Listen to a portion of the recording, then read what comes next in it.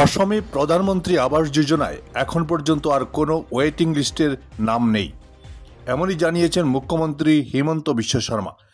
গতকাল অসমে 3,80,000 পরিবারকে বিতরণ করা হলো প্রধানমন্ত্রী আবাস যোজনার অনুমোদনপত্র।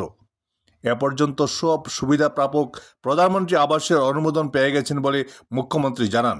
এবার শুরু হবে আরও ঘর দেওয়ার প্রক্রিয়া, শুরু হবে নয়া Jio tagging. Bureau report Barak vision.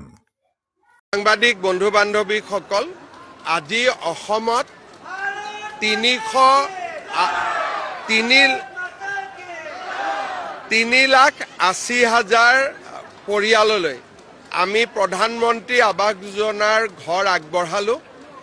এই 3,80,000 পৰিয়ালে ঘৰ পোৱাৰ লগে লগে আমাৰ হাতত যিমান নতুন লিষ্ট আছিল, ৱেট লিষ্ট আছিল, সকলোখিনি সম্পূৰ্ণ হ'ল।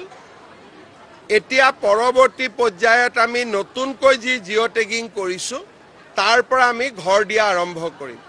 এটা ডাঙৰ পৰ্যায় আজি শেষ হ'ল আৰু লগে লগে নতুন পৰ্যায় এটাৰ আৰম্ভণিও হ'ল। গোটেই অসমতে আজি বকুত হোৱা এই মিটিংখন গোটেই অসমতে হিতাধিকাৰীসকলে চাইছিলে।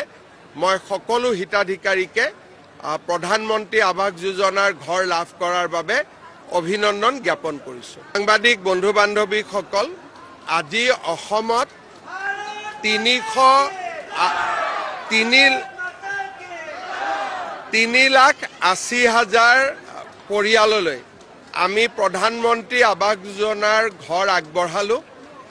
এই 3,80,000 পৰিয়ালে ঘৰ পোৱাৰ লগে লগে আমাৰ হাতত যিমান নতুন লিষ্ট আছিল, ৱেট লিষ্ট আছিল, সকলোখিনি সম্পূৰ্ণ হ'ল।